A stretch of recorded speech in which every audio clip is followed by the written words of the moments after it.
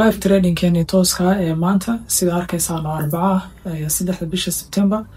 gold sida aragtaan baa ugu jirnaa trade kan salkan waa 25 bi TB gana markaas waxa weeyaan content iyo kobi marka waa trade kani labaad maanta trade kore dabcan la soo qaadana 22 bi baha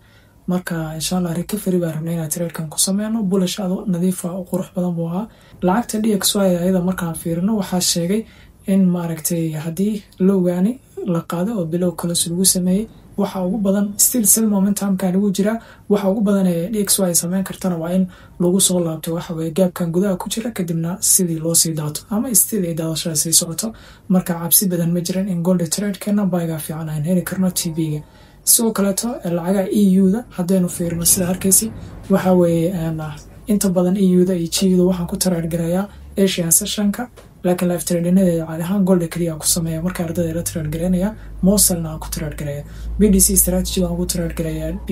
EU-da iyo G-da sida arkaysan trade nadiif oo qurux badan bay bixisay daily low la qaaday symbol 5 minute time frame-ka gaabkan marka lagu soo laabtayna sidoo ardayda way garanayaan waxa way matqaan 15k5 ka labada waa ugu trade gareyn kartaa 15 strongest ya laga 5 ku trade ka baxay G-da marka aan fiirino waxa way iyada laftarkeeda at the same time xilliga ay bixinaysa EU-da trade kani ayaaba iyadana baxay laakiin iyada gaab ma jirin balse waxa way structure-ka same as positive correlation wuxuu lahaa EU-da so trade kan adoo risk qaadanaya waa la qaadan karaysay inkasta oo xoogaa asalka uu yara weynaa G-da marka EU-da kaliya laakiin trade-yadan ma aan qaadanin balse waa baxeen sida arkaysa taxliilintani ugu dambeyntiina sida arkaysan trade kan gold TB1 markaa noo gaaray break even baan ku sameeynay